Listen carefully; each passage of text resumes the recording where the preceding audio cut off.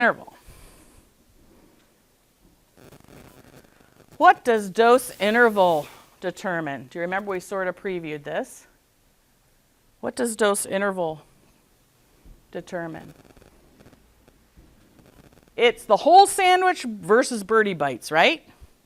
So what does it determine? Variation, absolutely. Peak to trough, right? It determines your peak to trough ratio, how much variability or variation there's going to be around that CSS average. Okay? So it's all about, again, the smaller the dosing interval, I can't reach that high, the less variability it'll be, and more like a constant infusion, right? A constant infusion is very small birdie bites.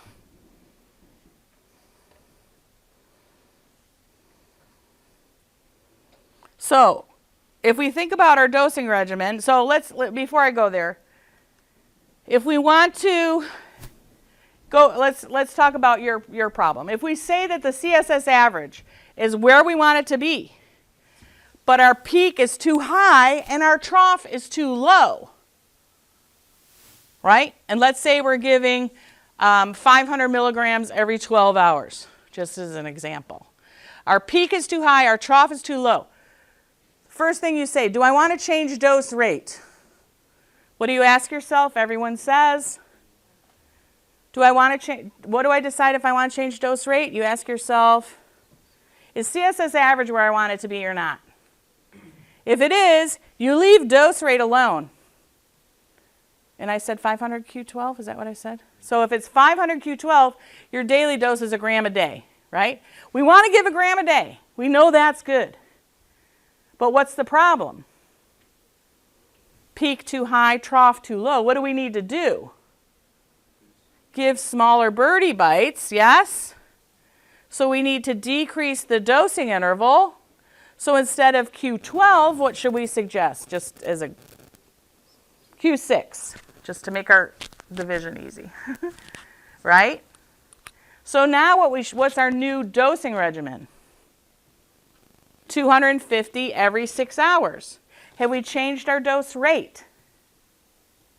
Are we still giving a gram a day? Yes. Our dose has changed, but we're still giving the same amount of drug per time, aren't we? So what will happen at steady state? Our peak will be much lower and our trough will be much higher, and it'll be more like a constant infusion. For most drugs, we want to decrease the variability. There is one group of drugs that we don't want to do that for, but I won't worry you about that now. Yeah? Let's say if we divided the same daily dose into much smaller doses per day. Yeah. Is it possible that we would end up with a dose that is lower than therapeutic index? No, because you're targeting that CSS average, right? Yes. So if you give the same amount per day, you're just going to be getting... then it'll be a constant level at that CSS average, won't it? Okay. Does that make sense? Yeah. You're just chopping it into smaller, just think of that peanut butter sandwich being smaller and smaller little slivers, and then so you would stay at that same level the whole time. It's hard to get into your mind. I don't... I think the question is, when does the clearance exceed the absorption in this case in a manner that makes the drug dose... Then your CSS average is going to be 0. I mean, that's not going to happen, you know. So, okay. So, what we have control of is the dose rate and the dose interval, right? That's all we control. What we do not control is the clearance or the volume or bioavailability. Now, we talked about what determines CSS average. It's drug in over drug out, right? Bioavailable dose rate over clearance. What determines your peak to trough ratio? You guys can do the math on this. Your Cmax to Cmin is 1 over e to the negative k tau. Well, that's not so helpful. However, I mean, it is because you can calculate it. But what do we have in here? E is e to the negative k tau. Here's what we control, right? In the peak to trough ratio. What don't we control? K. Now I asked you before, what determines K? You must know this. This is a must, must, must, must, must, must, must. And it's very important that you learn it this way. K is determined by the patient's clearance and the patient's volume. K is determined by the patient's clearance and the patient's volume. You may have learned for calculating purposes that clearance is equal to K times V. And unfortunately, now it's great to calculate it. Unfortunately, your brain has been tuned to think whatever's on the left side of the equation is the dependent variable. So if you think about clearance is equal to K times volume, you start thinking that clearance is determined by K, or that clearance is determined by volume. No, no, no, no, no, no, no. Never, never, never, never, never. As soon as you attach your brain, you're thinking, how would the clearance of my kidneys be determined by the slope of some line? Right? How would the clearance of my body's organs be determined by the volume of distribution? Makes no sense, right? And that's because it isn't true. Clearance is an independent variable in this situation. You all understand the difference between dependent and independent. Clearance determines K. K does not determine clearance. Right? Volume determines K. K does not determine volume. Does it make sense that the slope of the line would determine where the drug can go in the body? Absolutely not. So make sure when you learn this, and you know this equation, but you've learned it from a way that was expedient for calculating clearance, but those are not the determinants of clearance. We'll spend a whole lot of time talking about the determinants of clearance, and none of them are K or V. Okay? This will be a question in some form on your quiz. Okay? And it's one that's tough for some people. Clearance is an independent variable in this equation. Yeah. What about volume? Volume is also independent of clearance or K. And we will spend another several days talking about what determines volume, none of which are clearance or K. Clearance and volume, which now, and it makes sense, right? That clearance, how efficient your body is at removing drug, would determine K, right? That does make sense, yes? Would determine the slope of that line. It may not be as intuitive why volume would, but I will tell you in a quick summary why it would. That is because where does drug have to be to get out of the body? It has to get to those organs of clearance, doesn't it? It has to get to your kidneys or get to your liver to be changed, right? Yes, everybody with me? So if your drug is stuck in tissues in your toenails and your earlobes, now I use those as just because they're far away. I mean, I'm being a little silly too.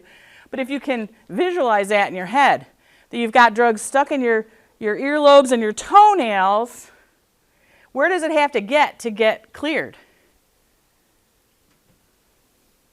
To the blood, right? Which takes time, doesn't it? And what is the elimination? It's an elimination rate, right? So it takes time. So the half-life and the K, which are just inverses of each other, right, are dependent on how efficient your body is at getting rid of drug, which is clearance, and where the drug is.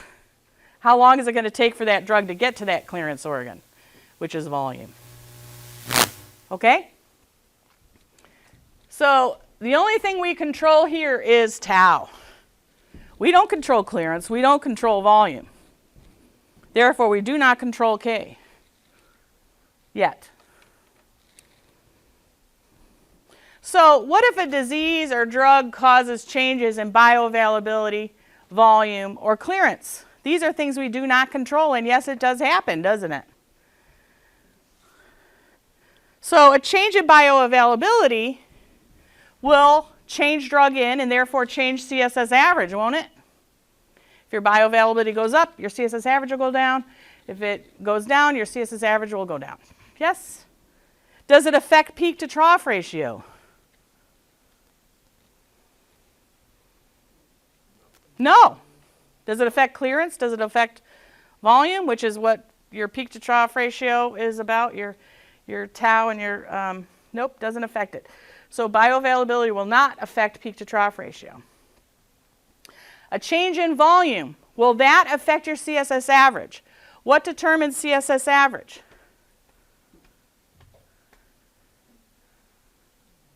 Bioavailable drug dose rate over clearance. Is volume one of those? So does a change in volume affect CSS average? No. What will it affect? It'll affect your K, won't it? And therefore will affect your peak to trough ratio. How about a change in clearance? Will a change in clearance affect your CSS average? Yes, if your clearance goes down, it's drug out going down. So what happens to your CSS average? Goes up, and vice versa, right? What about dose interval? Will a change in clearance affect your dose interval? Or I'm sorry, your peak to trough ratio? Yes, what will happen? If your clearance goes down, what happens to K?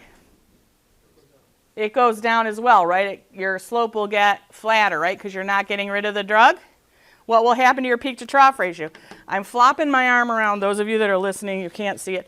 But I'm flopping my arm around so that you can see peak to trough ratio high, peak to trough ratio smaller, right? As that line flattens out.